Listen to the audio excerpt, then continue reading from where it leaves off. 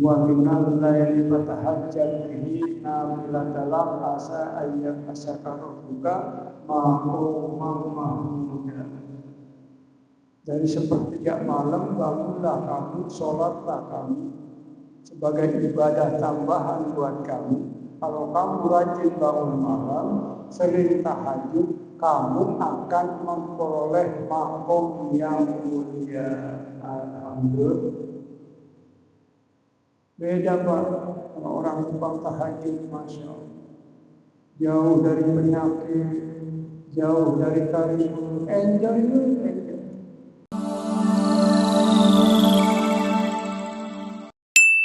Assalamualaikum warahmatullahi wabarakatuh. Inna hamdalillah nahmaduhu wa nasta'inuhu wa nastaghfiruh wa na'udzu billahi min shururi anfusina wa min sayyiati a'malina. May yahdihillahu fala mudilla lahu wa may yudlilhu fala hadiya lahu. Asyhadu an la ilaha illallah wahdahu la syarika lahu wa asyhadu anna sayyidana Muhammadan abduhu wa rasuluhu la nabiyya ba'dahu. Amma ba'd. Qala Allah ta'ala a'udzu billahi minasyaitonir rajim. Kulu ma fil ardi halalan thayyiban. Wa qala Allah ta'ala yarfa'illahu alladziina aamanu minkum walladziina utul ilma darajat. Sadaqallahu adzim. Pertama-tama yang saya muliakan Bapak Ketua DKM Masjid Al-Mujahidin beserta seluruh jamaah, yang saya hormati para kesepuhan, Bapak Haji Hasan dan kesepuhan yang lainnya. Mohon maaf tidak bisa saya sebutkan satu persatu, namun tidak mengurangi rasa hormat dan takzim saya. Allah, bagaimana tips memelihara kesehatan? Ini yang akan saya sampaikan. Hadirin yang berbahagia, jadi ada 4 tips memelihara kesehatan. Ini zaman sekarang ini, Masya Allah Pak Sulam, penyakit banyak banget. Jangankan yang tua Pak, yang muda aja. Saya punya teman masih muda, masih lama pensiun, asam uratnya 17, 13 palingan. Jalan dia, Masya Allah, pincah. Ini masih muda ente kok asam uratnya tinggi amat. Iya Pak Haji, kalau kumat saya nggak ngantor. Luar biasa. Makanya ada 4 tips ini. Yang pertama, kata ahli kesehatan, kalau kita pengen sehat, kita harus banyak bergerak. Minimal 1 hari kita bergerak 1000 langkah. Ada yang bergerak sehari 1000 langkah, ada. Pak Sulam berapa langkah sehari? Saya alhamdulillah, sehari saya berjalan 5000 langkah. Bukan sombong. Dari mana hitungnya? Kita hitung. Tenang. Kalau dari rumah saya ke sini, jaraknya 250 meter. PP berarti 500 meter. 1 meter itu 2 langkah. Berarti 500 meter 1000 langkah. Saya sholat ke sini jalan kaki 3 waktu. Maghrib, isya, subuh. Berarti kan 3000 langkah. Baru kali ini saya bawa motor. Malas kalau maghrib, isya, subuh itu bawa motor malas. Sehat saya jalan kaki aja. Kecuali zuhur dan asar karena panas. Itu berarti 3000 langkah. Ditambah tiap hari saya jalan di kawasan Golok. Biasa saya ketemu Pak Haji Aceh, Haji Ade, tolek, rajin banget. Sabtu Minggu kawasan Golok, apalagi Tropicana, tadi Tropicana kagak muat, Pak. Antrian panjang. Sebab di Tropicana itu ada jajanan kuliner. Pada jajan. Nah, dari bundaran Golok ke ujung sono, itu kurang lebih 500 meter. Saya seputaran. Berarti 1000 meter. Dikalikan 2000 langkah. Tambah ke masjid 3 waktu, berarti 5000 langkah. Alhamdulillah.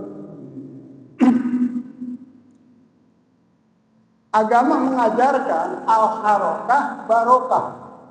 Orang banyak bergerak, itu berkah Pak Sulam. Baik bergeraknya kita olahraga, silakan olahraga apa aja. Yang hobi badminton, yang fitness, kemudian yang futsal. Tapi gerak jalan ini ibadah paling murah. Apa olahraga paling murah, tidak pakai modal. Saya diajakin oleh mantan kepala KUA, Pak Haji, kita bulu tangkis yuk. Dulu saya hobi Pak. Waktu saya masih muda hobi bulu tangkis.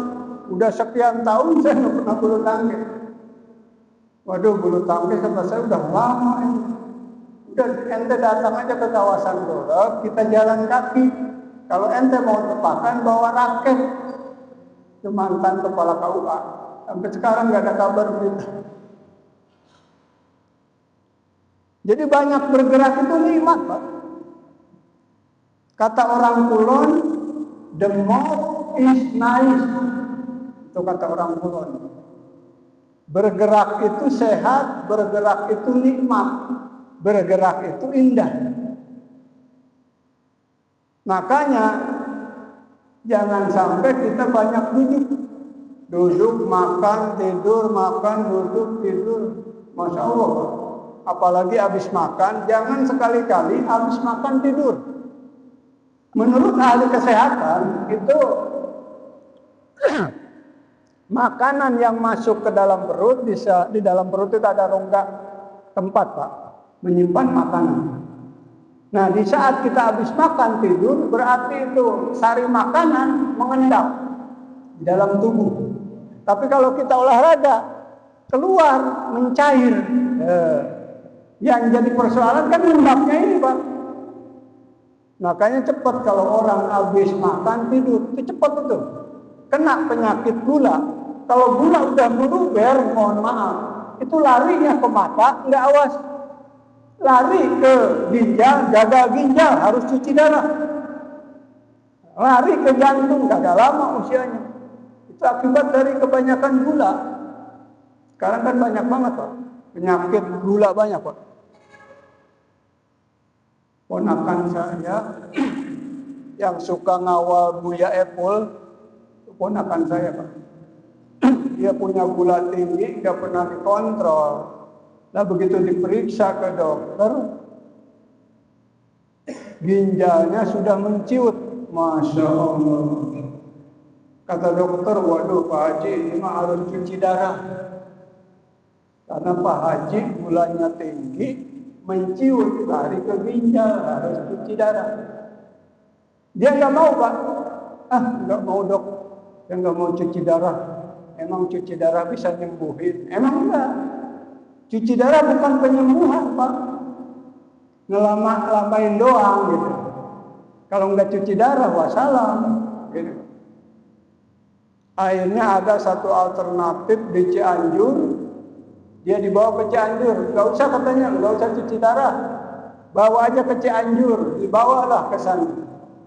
Mau dia alternatif, di sana ada penginapannya, boleh nginap, terus bayarnya juga sukarela, kan enak, nggak ditarget itu. Dibawa ke Cianjur, begitu diperiksa di Cianjur, Pak Haji ini mah harus cuci darah. Tetep akhirnya balik tadi dicuci darah di situ area medika seminggu 2 kali. Makanya saya masya Allah mudah-mudahan saya dijauhkan dari penyakit gagal ginjal termasuk para jemaah semuanya. Amin. Ya Allah ya Rabbal alamin. Jadi tip yang pertama, memelihara kesehatan banyak bergerak. Ya, jangan sekali-kali habis makan tidur. Saya mah duduk aja, nih habis makan duduk, diomelin sama istri, diumpang aja nah, tos dahar diu, pemoes gimana? Saya tidur paling habis duhur, 2 jam tidur. Habis makan pagi, tengah 11, saya goes. Depan rumah 15 menit. Tadinya sebelum pensiun, tiap Sabtu saya goes dari rumah, Makorem, Roksi, muter aja dah. Minggunya saya lari. Nah karena saya udah bebas, banyak waktu, tiap hari ya, habis nganterin anak ke SMA Cikarang Pusat, lari ke Golek. Durasinya cuma 1 jam, nggak lama. Jadi nggak usah lama Pak, olahraga itu nggak usah lama, yang penting rutin. Nggak usah diporsir, apalagi udah tua. Yang penting kita ada bergerak, kemudian keluar keringat sehat. Masya Allah.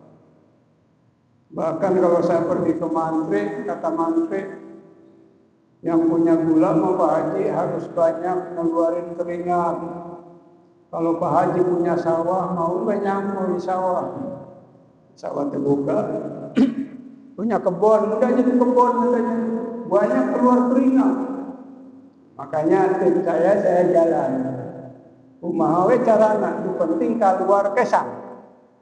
Sampai ke rumah kalau ada yang buat nepel, karena saya punya gazebo, saya pel aja sendiri Pak.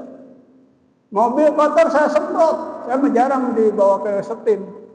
Yang keringatan, itu persoalan. Mahal keringat.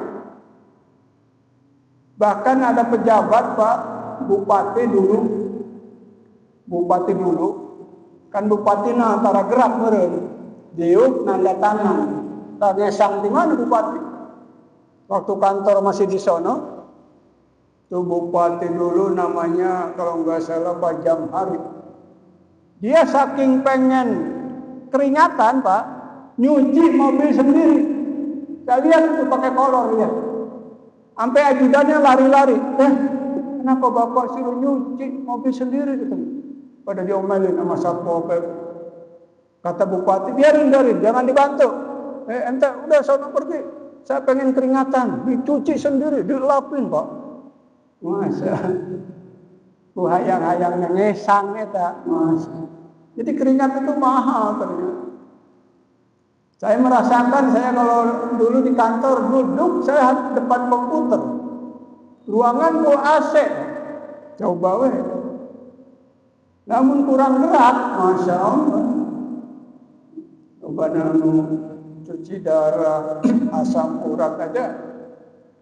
Karena kelamaan duduk, awalnya begitu. Atau bawa mobil kelamaan, itu bisa itu. Kaki pada bengkak, kelamaan duduk. Hadirin yang berbahagia, itu tip yang pertama, memelihara kesehatan, banyak bergerak. Yang kedua, Pak, apabila kita pengen sehat, pola makan harus dijaga. Kalau kita ngikutin Nabi, kenapa Nabi nggak pernah sakit? Beda dengan kita, bentar-bentar diinfus, bentar-bentar dirawat. Nabi seumur hidup sakitnya cuma 2 kali, pertengahan usia dan mau wafat. Ternyata pola makan Nabi itu luar biasa. Dia akan makan nggak nunggu lapar. Beda dengan kita, jam lapar gitu. Nabi makan nggak nunggu lapar. Dan Nabi berhenti makan sebelum kenyang. Kalau kita udah 2 piring masih nambah. Masya Allah, can kamarakan macan turun. Itu hebat Nabi, makanya Nabi nggak pernah sakit. Bisa kebayangin Pak, kalau Nabi sakit melulu, ada peperangan misalnya, Nabi diundang, ya Rasul, yuk kita perang. Oh, nabinya lagi diimpus, nggak bisa ikut perang. Mau diajak hijrah misalnya, ya Rasul kita hijrah, karena negara ini udah nggak aman. Waduh, Rasulnya lagi di UGD. Ya repot kalau Nabi sakit mulu, Pak. Makanya Nabi nggak pernah sakit. Nah, pola makan ini pun ada dua. Bisa kita ngatur makan, kapan kita berhenti. Kemudian makanan yang masuk ke dalam perut harus steril. Nggak boleh, ini sering disampaikan oleh bapak-bapak ustadz, makanan yang masuk ke dalam perut, makanan yang haram. Kalau masuknya haram, keluarnya haram. Yadkhulu haram wa yakhruju haram. Akibat masuknya ke dalam perut yang haram, kalau pegawai mungkin hasil korupsi, kalau anak muda mungkin hasil nyuri motor, dibelanjain makanan dikasih anak. Pertama akan jadi penyakit jasmani, kedua akan jadi penyakit rohani. Makanya mohon maaf, kalau orang ngasih makan anaknya, istrinya dari yang haram, biasanya anaknya bandel-bandel, Pak. Benar. Kagak nurut sama orang tua. Makanya kalau ada orang tua, kok anak saya susah amat dididiknya Pak Ustadz, melawan, kagak nurut. Itu harus introspeksi. Dikasih makan apa ente? Mungkin makanannya yang haram. Mohon maaf, banyak sekarang ini, Pak. Hasil korupsi dipakai kasih makan anak. Lihat bapak-bapak ustadz, bapak kiai, kan anaknya soleh-soleha. Bapak saya katakan seorang kiai ngasih makan saya berkat tahlil. Asal pulang tahlil berkatnya kan dimakan sama anak. Berkat. Masya Allah. Nggak ada kiai korupsi. Bapak saya kerja aja kagak. Kalau kerja barangkali, kalau punya gaji barangkali. Berkah makanya anak-anak ustadz, anak-anak kiai. Beda dengan anak preman, Pak. Beda. Makanya untuk mencetak anak kiai jadi kiai gampang. Daripada mencetak anak preman jadi kiai. Dari makanannya udah beda masalah. Makanya biasanya soleh-soleha anak kiai, amin. Amin. Ya Allah ya Rabbal alamin. Ponakan saya contohnya pulang dari Yaman, dia anaknya lulus TK dioper ke Kudus, Pak. Pesantren tahfidz di Kudus, padahal baru lulus TK. Nurut dia.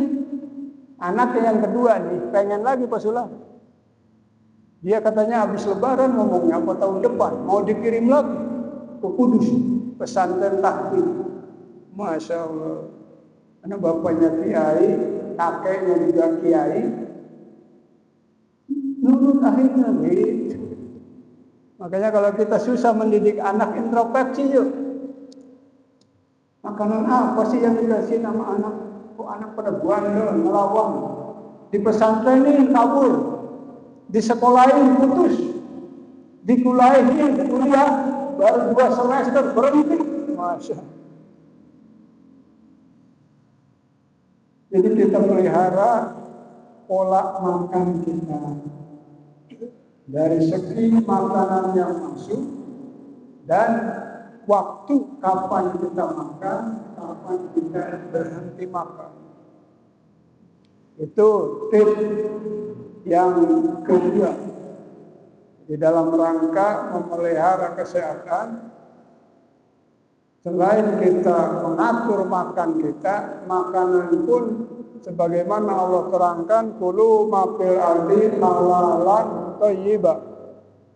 Makanlah apa yang ada di bumi halal bergizi.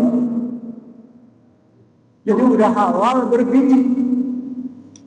Makanya sekarang ada bantuan makanan gratis berbiji, itu bagus.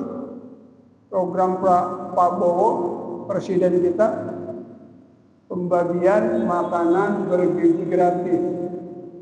Sebab tidak ingin presiden kita ini, anak-anak kita pada sakit, nggak nemu makan, nggak kebeli susu, Masya Allah. Harus dibagi makanan halal berbiji, apalagi gratis. Bayar aja kita mau beli. Jadi tip yang kedua. Kemudian tip yang ketiga, apabila kita pengen sehat, kata Nabi, banyakin infak dan sedekah. Ini yang agak berat Pak Sulam. Makanya dulu di zaman Nabi ada penyakit, orang sehat, orang sakit nih. Orang sakit diberobat ke sono kemari, nggak sembuh.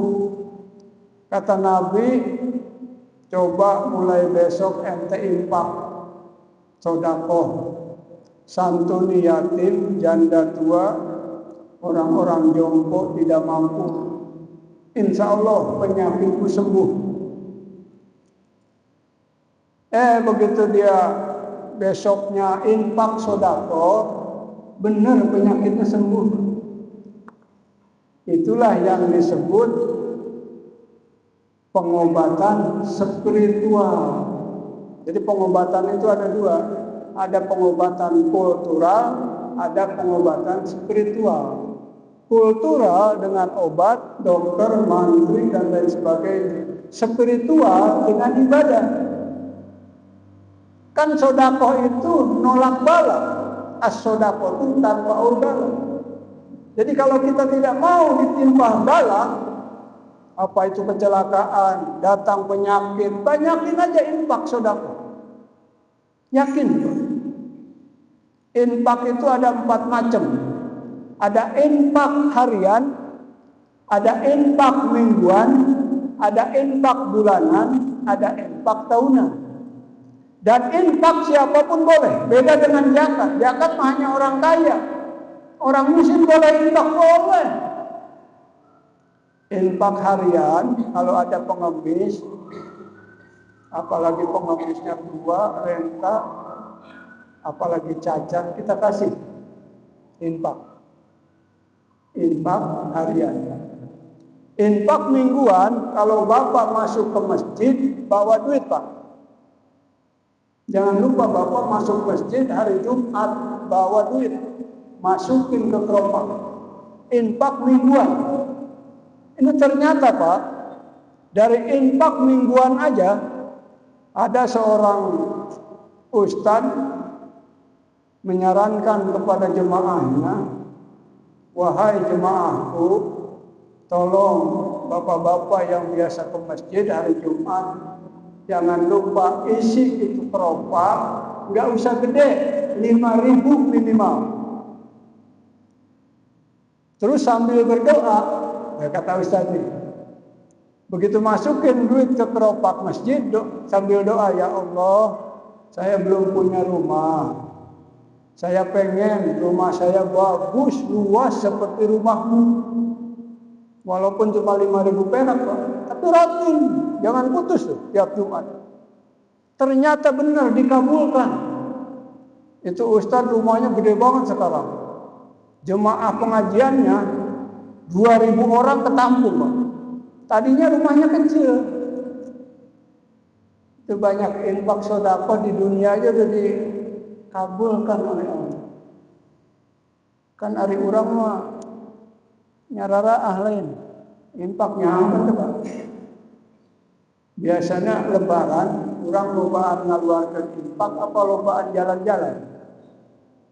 Nah, di masyarakat umum di urang ya. Saya amati kalau lebaran, Pak, kayaknya kebanyakan yang jalan-jalan tuh duit dihabis-habiskan percuma, Pak. Nggak ada apa-apanya. Nempok safari, nempok Ragunan, nempok monyet, gajah. Mohon maaf Pak, saya udah rutin 4 infak ini saya lakukan. Mohon maaf. Mingguan, harian, mingguan, bulanan. Bulanan saya tiap bulan ngasih yatim ke daerah sana.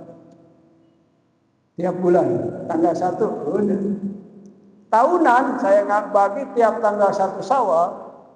Di makam orang tua itu ada kumpul anak cucu, kurang lebih cucu bapak saya 48, buyutnya ada 39, baunya ada 12 ya. Penuh. Ada hadiah, ada tausiah. Disitulah saya ada bagi-bagi buat keponakan saya. Gak apa-apa. Infak tahunan Pak. Kalau ini dilaksanakan, infak ini berkah rezeki kita Pak. Amin. Pengen berkah apa pengen susah? Pengen berkah.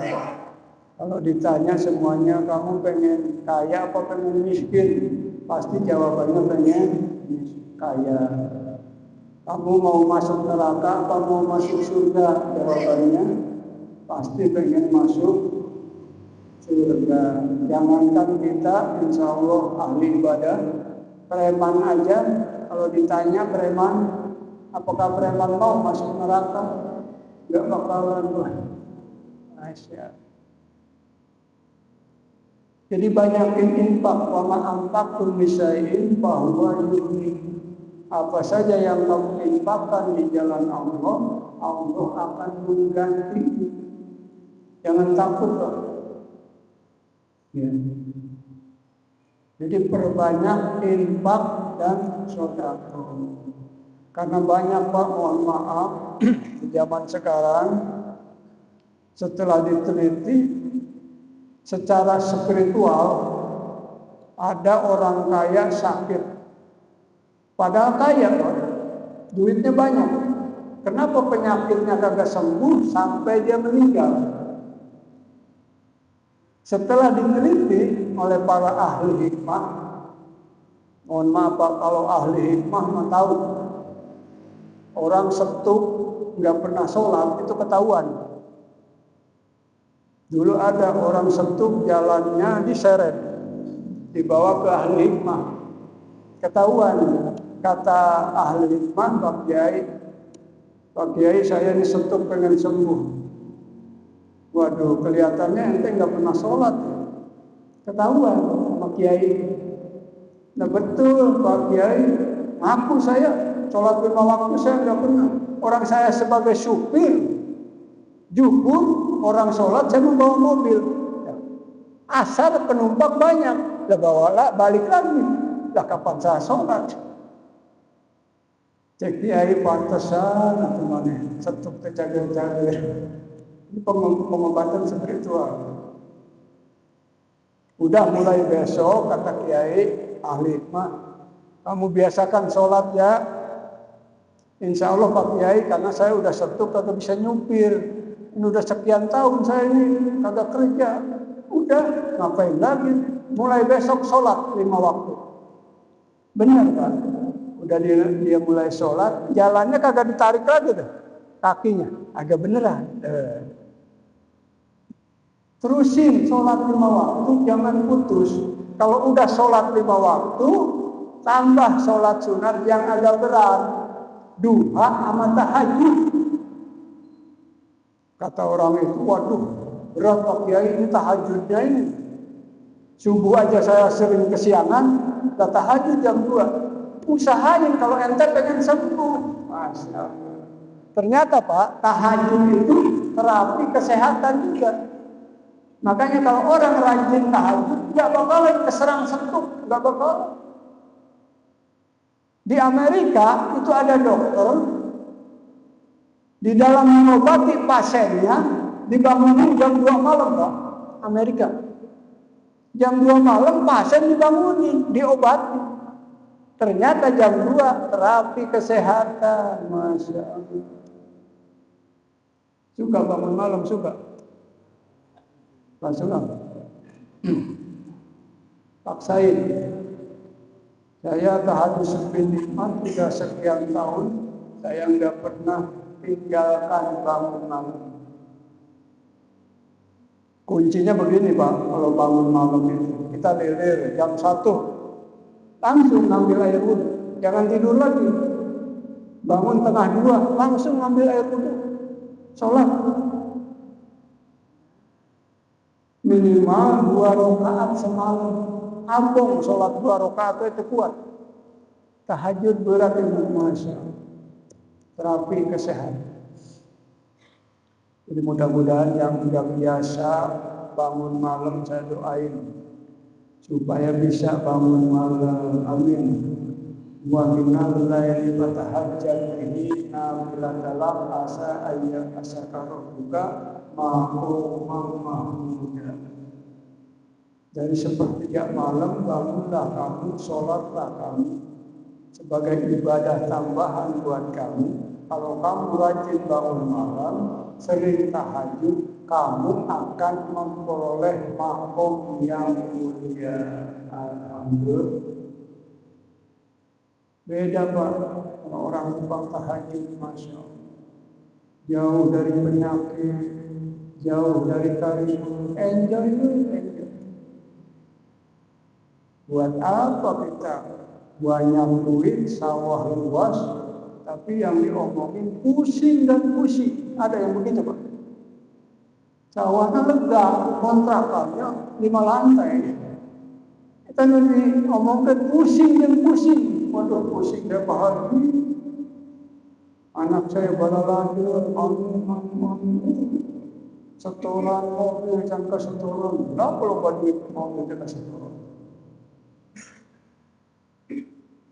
Jadi inilah tip dalam rangka memelihara kesehatan. Jadi yang pertama kita harus banyak bergerak, banyak olahraga. Yang kedua pola makan diatur. Yang ketiga banyak infak dan sedekah. Dan yang keempat perbanyak puasa sunnah. Puasa sunnah kosong. Kemarin bulan Muharram itu paling banyak puasa sunnah di bulan Muharram. 1 Muharram itu puasa awal tahun. 30 hajinya puasa akhir tahun. Saya baru tahun ini Pak, mulai puasa awal tahun akhir tahun. Kemudian tanggal 9 Muharram puasa apa Pak? Tasyu'a. Tanggal 10 Muharram puasa Asyura. Tanggal 13, 14, 15 Muharram puasa Yaumul Bid. Banyak banget. Saya baru tahun ini mulai, tahun depan insya Allah akan saya dawamkan.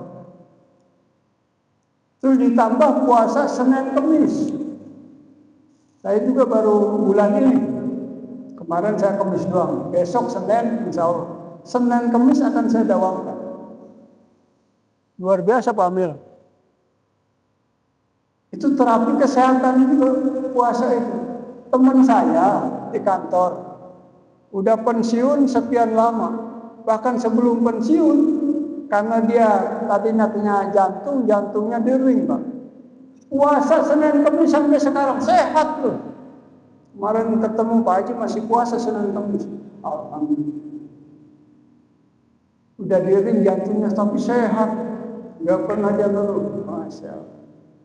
Ya.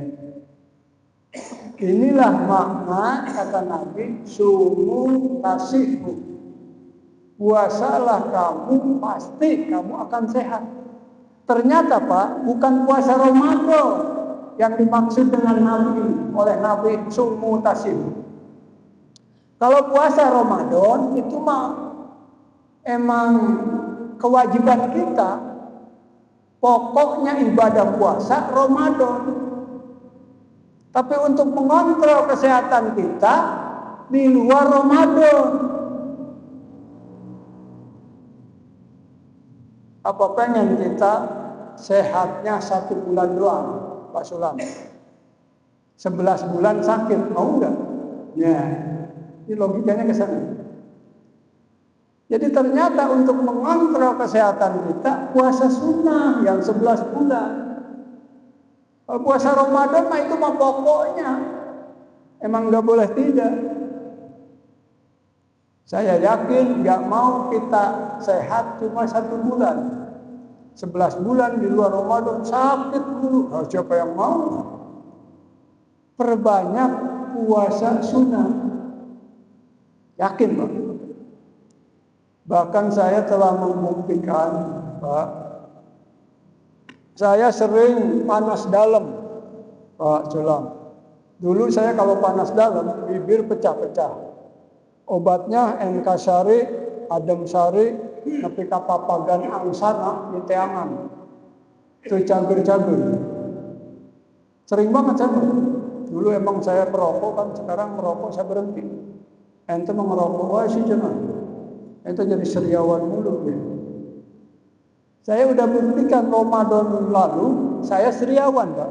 Masuk Ramadan saya puasa. Hilang semuanya. Hebat kan? Harusnya begitu puasa nambah dong seriawannya. Karena setiap puasa nggak minum. Panas dalam kan akibat kurang minum. Akibat kurang minum, kurang cairan, lah bibir pecah-pecah. Tapi kenapa puasa jadi sehat? Padahal kagak minum siang hari.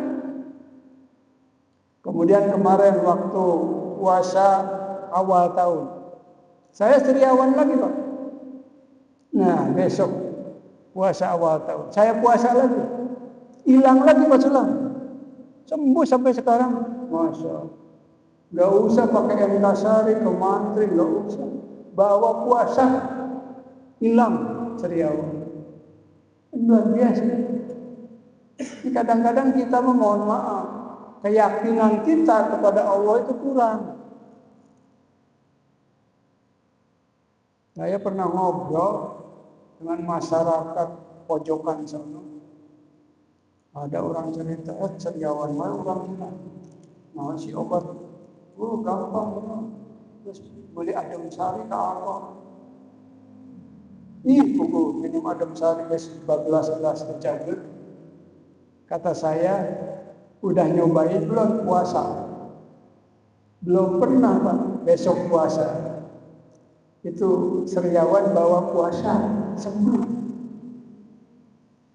Benar dibawa puasa, hilang, sembuh. Hadirin yang berbahagia, jamaah rahimahullah. Jadi kita memohon kehadirat Allah Subhanahu wa taala. Saya doakan para jemaah dari mulai para jemaah DKM, Bapak-bapak Ustaz, Bapak-bapak Haji, mudah-mudahan senantiasa diberikan kesehatan, sehat badan kita, sehat jasmani kita, panjang umur kita. Makanya insya Allah yang 4 ini kita laksanakan. Jadi yang tidak pernah bergerak, mulai besok banyak bergerak. Baik itu jalan sehat, goes sepeda, dan lain sebagainya. Kemudian kita atur pola makan. Di pola makan kita ini Masya Allah. Kemudian pola makannya juga mohon maaf. Kalau orang udah usia 40 tahun ke atas, jangan meminum minuman yang bersoda. Itu kata dokter. Usia udah 40 tahun ke atas, hindari minuman yang bersoda. Seperti Fanta, Sprite, teh botol, Pocari, pokoknya semuanya bersoda. Terus jangan sekali-kali minum air dingin di kulkas. Saya hampir nggak pernah. Saya lebih baik air netral aja begini, nggak usah didinginkan. Bahkan saya banyak minum air hangat, putih hangat, teh hangat boleh. Hari tahun yang sehat, tapi pola makan diatur. Itu kesalahan kita. Ya. Ini sebenarnya bukan salah Allah. Kalau penyakit datang, salah kita. Kita nggak bisa mengikuti aturan, itu persoalan. Kadang-kadang kan nyalahkan Allah dan manusia. Kugusia atau beresia, Allah disalahkan. Lamun kausan datang, tapi Allah kagorengan dah manusia. Kalau ngaji mingguan disebutnya subuhiyah. Subuhiyah mingguan. Di sini ada subuhiyah dan ada syahriyah. Syahriyah bulanan, sebulan sekali. Yaumiyah itu harian. Kalau kita nggak mungkin ngaji yaumiyah, itu mah santri di pesantren. Yaumiyah, subuhiyah, syahriyah, ada lagi setahun sekali hauliyah. Yang jadi persoalan kadang-kadang saudara kita yaumiyah embung, ojo yaumiyah matara, subuhiyah mingguan minggu, syahriyah tahunan bulanan juga nggak pernah ngaji. Nah kalau orang begitu itu lebih dekat kepada bangkrutiyah. Iya, bangkrut di matara ngaji. Maha benar ibadahnya. Itu disebut aja kebrutiyah, bangkrut. Ya, makanya kita yang insya Allah tiap minggu kita hadir, tidak saja di sini, tapi juga di masjid-masjid lain. Karena memang banyak pengajian di masjid-masjid lain, terutama habis subuh. Habis subuh, habis isya, ada yang habis maghrib. Yang biasa ngaji, teruskan. Yang nggak pernah ngaji, itu diajak Pak. Suka ngajak yang nggak pernah ngaji nggak Pak? Kita ngaji ajakan supaya dia ngaji. Hari anu geus rajin mah kudu diajakan ke situ. Kita nu hese antara ngaji nah. Masya Allah. Atuh hese bahari ngajakan si Ahmad pun si Ahmad antara ngaji pisan. Bahkan ada belasana orang kaya setuh ibadah nggak pernah, puasa nggak pernah, ngaji nggak pernah, sama tetangganya mau diajak ngaji, coba Pak Haji anu ajakin ngaji. Itu mungkin aja kalau sering ngaji, sering sholat, penyakitnya sembuh. Incan diajakan Pak Emanten, keburu meninggal itu Masya Allah. Orang kaya sakit sampai meninggalnya. Itu saja yang bisa saya sampaikan.